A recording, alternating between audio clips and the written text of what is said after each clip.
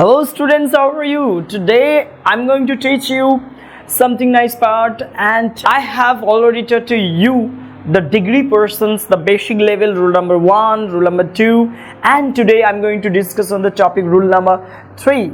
And there's lots of rules over there in degree really, and today I'm going to third part I'm going to discuss. Don't speak too much and watch this video till the end, avoiding scrolling and skipping. So let's get started.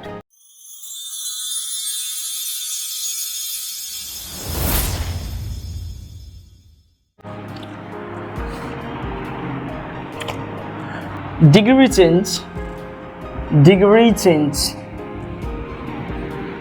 Degree changer rules. Rule number 3. আমাদের rule number 3 কি রয়েছে দেখো। Rule number 3 আমরা হচ্ছে একটা sentence, প্রথমত degree চেঞ্জের অনেক পোরশন আমরা শিখেছি অলরেডি। ভিডিওগুলো অবভিয়াসলি পেয়ে যাবে, যে সমস্ত ক্লাস আমি করিয়েছি সেই সমস্ত ক্লাস তোমরা পেয়ে যাবে ডেসক্রিপশনে। যদি না দেখে থাকো অবভিয়াসলি ওই ডেসক্রিপশনে গিয়ে যে লিঙ্কগুলো রয়েছে সেই লিঙ্কগুলোকে অবশ্যই ক্লিক করো। সেখানে বেসিক লেভেল পেয়ে যাবে, রুল নাম্বার 1 পেয়ে যাবে, রুল নাম্বার আর সেকেন্ড পেয়ে যাবে, রুল নাম্বার 3 অর্থাৎ রুল নাম্বার 3 আজ ক্লাসে। আপাতত আমি চেষ্টা করছি টোটাল ডিগ্রির একটা পার্ট করে ভিডিও বানিয়ে অর্থাৎ ক্লাসগুলোকে তোমাদের কাছে সাবমিট করছি। তোমাদের যদি অসুবিধে হয় অবভিয়াসলি কমেন্ট করতে পারো, আরও ফ্রেশলি বোঝানোর চেষ্টা করবো। চলো আজকের এই রুল নাম্বার 3তে কি রয়েছে আমরা এই 3টা নিয়ে একটু ডিসকাস করি। চলো প্রথমত আমরা একটা সেন্টেন্স লিখি। Madhurima is as intelligent as Shreya. ওকে, দেখো ভালো করে। Madhurima is as intelligent as Shreya. Madhurima হলো অ্যাজ ইন্টেলিজেন্ট, যেমন মেধাবী, অ্যাজ শ্রেয়া, শ্রেয়ার মতোই মেধাবী। ক্লিয়ার? তার মানে আমরা দুটো জিনিস দেখতে পাচ্ছি, মধুরিমা একটা নাম আর শ্রেয়া একটা নাম। দেখো এই সেন্টেন্সে দুটো নাম রয়েছে, তার মানে দুইজনকে বোঝানো হচ্ছে। এই হচ্ছে মধুরিমা আর হচ্ছে এই হচ্ছে শ্রেয়া, দুটি মেয়ে। মেধাকে নিয়ে, কি নিয়ে? মেধাটা হচ্ছে তার কোয়ালিটি। কাদের কোয়ালিটি? মধুরিমারও কোয়ালিটি বটে, আবার শ্রেয়ারও কোয়ালিটি বটে। কিন্তু দেখা গেছে দুজনের মেধাকে পার্থক্য করলে, মানে এখানে যদি আমি কম্পারিজন যদি করি, তুলনা যদি করি, তাহলে দুজনের মেধা এখানে কি হচ্ছে? সমান। তাহলে মধুরিমার মেধা আর শ্রেয়ার মেধা সমান রয়েছে। তাহলে যদি আমি একে ফর্মুলা তৈরি করি, এই সেন্টেন্সটাকে যদি ফর্মুলায় রাখি তাহলেই দাঁড়াবে subject plus verb plus as plus positive form. তাহলে এটা পজিটিভ ডিগ্রি, তাহলে এটা হচ্ছে কি? Positive degree plus as plus আমরা যদি একে অবজেক্ট রূপে ভাবি, এটাকে যদি অবজেক্ট রূপে ভাবি তাহলে সেন্টেন্সের ফর্মুলা তাহলে এইরকম ভাবে তৈরি হবে। বোঝাতে পারলাম ব্যাপারটা কি? তাহলে এই সেন্টেন্সটা সমগ্র অংশ আমরা বিশ্লেষণ করলাম, বুঝলাম বাংলাটা যে মধুরিমা শ্রেয়ার মতোই কি রয়েছে? মেধাবী। তার মানে আমাদের সব থেকে মেধাবী কে? তাহলে হচ্ছে মেধাবী এখানে মধুরিমার যেমন মেধা রয়েছে তেমনও শ্রেয়ার রয়েছে। এবার প্রবলেম হচ্ছে আমরা যখন এটাকে কম্পারেটিভ ডিগ্রি করতে যাব, আমরা যখন এটা কম্পারেটিভ ডিগ্রি করতে যাব তার মানে তুলনা করতে হবে, তার মানে ব্যালেন্স করতে হবে। তার মানে আমরা যে ব্যালেন্স রেখেছি, একটা হচ্ছে মধুরিমা এবং শ্রেয়া দুজনেই সমান, তাই তো নাকি? এদের মধ্যে কোনো না কোনো একজনকে কি করতে হবে? আমাদের ডাউন করতে হবে, মানে কি? আনব্যালেন্স করতে হবে। তাহলে আমরা যদি আনব্যালেন্স করি তাহলে কি দাঁড়াবে? দেখো শ্রেয়া তার মানে সে হচ্ছে অবজেক্টে পড়ছে আর মধুরিমা সাবজেক্টে পড়ছে। তার মানে আমি শ্রেয়াকে যদি ছোট করি মেধা তালিকায় আমি ছোট করি তাহলে দাঁড়াবে কি শ্রেয়া ইজ নট ইন্টেলিজেন্ট থেকে কি হবে মোর ইন্টেলিজেন্ট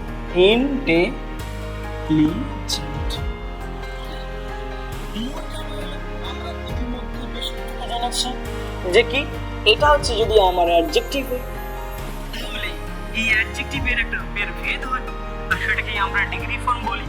আর যেহেতু এখানে অনেকগুলো সিলেবল আছে যার কারণে এখানে মোর কথাটা এসেছে। ক্লিয়ার এটা?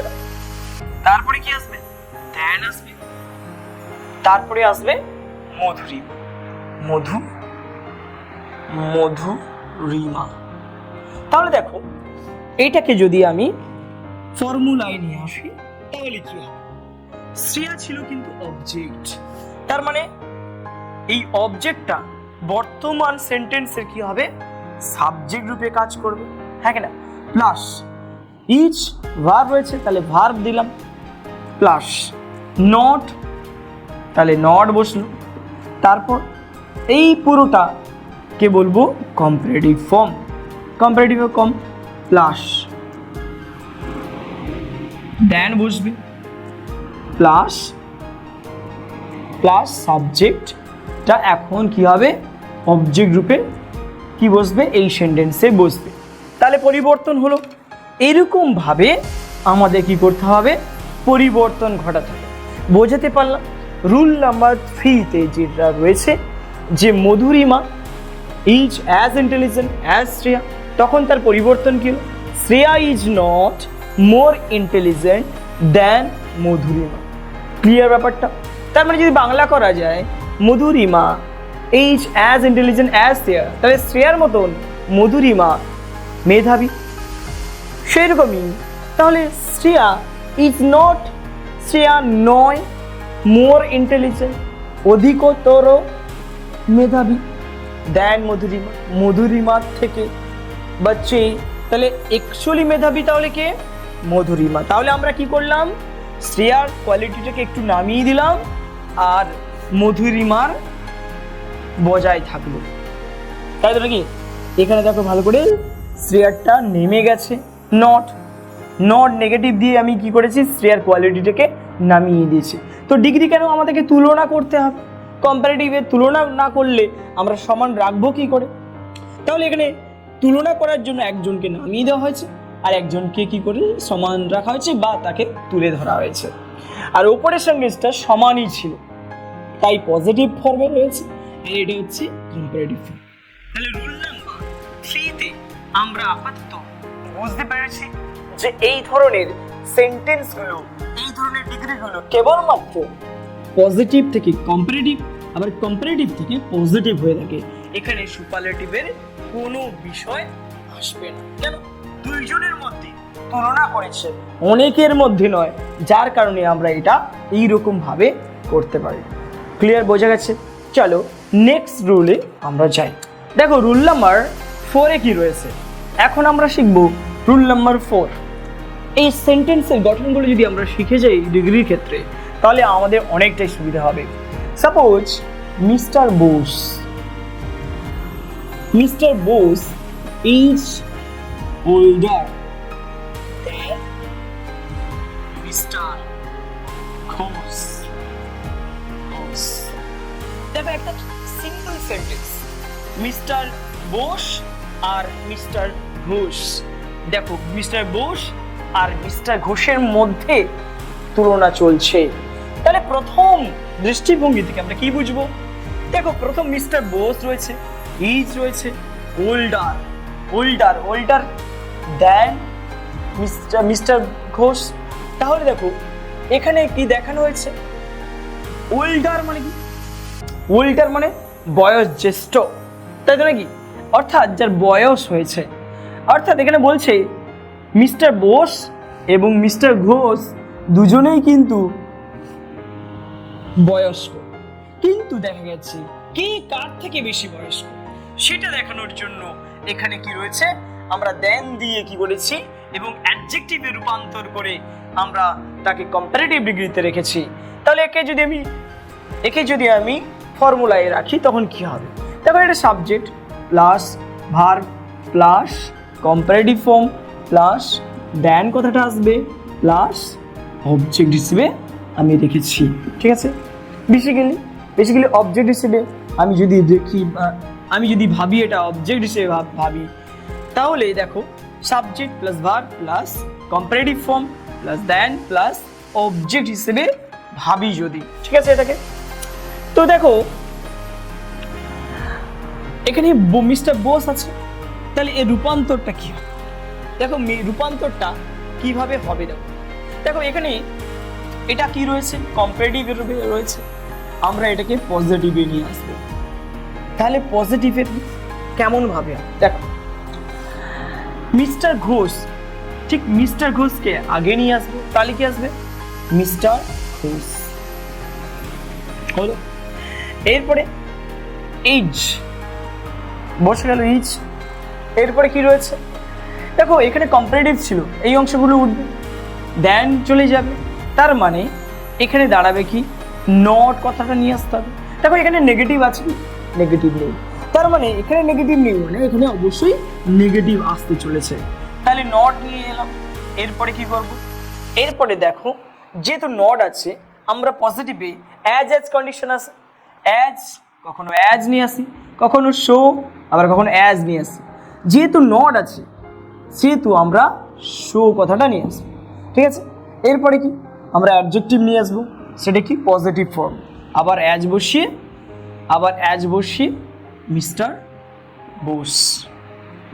দেখো তোমরা ভালো করে দেখো যে mister Ghosh is not sold as Bose, তাহলে কি দেখানো হচ্ছে যে মিস্টার ঘোষ অ্যাকচুয়ালি অবজেক্ট ছিল, সেটা অবজেক্টটি কি হয়ে যাবে বর্তমান সেন্টেন্সের সাবজেক্ট রূপে পরিগণিত হবে, ঠিক আছে।